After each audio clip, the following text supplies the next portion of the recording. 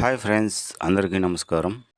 ఏపీలో కూటమి ప్రభుత్వం విజయవంతంగా ఏర్పాటు చేసింది. అయితే గత ప్రభుత్వంలో రేషన్ సరుకులు ఎన్‌డీయూ వాహనాల ద్వారా పంపిణీ చేశారు. కానీ ఈ వాహనాలు పేదవారికి అంతగా మేలు చేయలేదని కూటమి ప్రభుత్వం తెలిపింది. అలాగే ఈ నెల రేషన్ సరుకులు పాత పద్ధతిలో అనగా రేషన్ షాప్కి వెళ్ళి తీసుకునే పద్ధతే తిరిగి ప్రారంభించారు.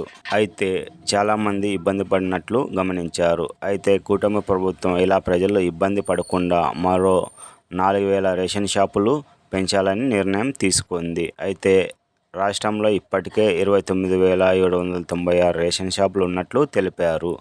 గత ప్రభుత్వం హయాంలో రేషన్ వాహనాలు కొనుగోలు చేయడానికి దాదాపు 1,800 కోట్ల రూపాయలు ఖర్చు చేసినట్లు తెలిపారు. కానీ ఇంటింటికి రేషన్ సరుకులు డెలివరీ అయితే ఇవ్వలేకపోయారు.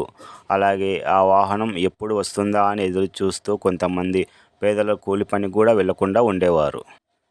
ఇలా చాలామంది రేషన్ కార్డుదారులు ఇబ్బంది పడినట్లు గుర్తించారు. అయితే ఇక నుండి ఇలాంటి ఇబ్బందులు పడకుండా వారికి దగ్గరలో ఉండే రేషన్ షాప్ ద్వారా మీరు మీ సరుకులు పాత పద్ధతిలోనే తీసుకోవచ్చని తెలిపారు.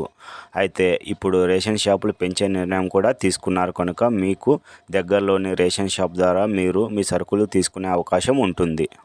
కరోనా వంటి క్లిష్టమైన సమయాల్లో కూడా బియ్యం, కందిపప్పు వంటి వాటిని రేషన్ షాపుల ద్వారా మాత్రమే పంపిణీ చేశారని తెలిపారు. అయితే ఏపీలో రేషన్ పంపిణీపై కూటమి తీసుకున్న నిర్ణయం పైన మీ కామెంట్స్ తెలియజేయండి.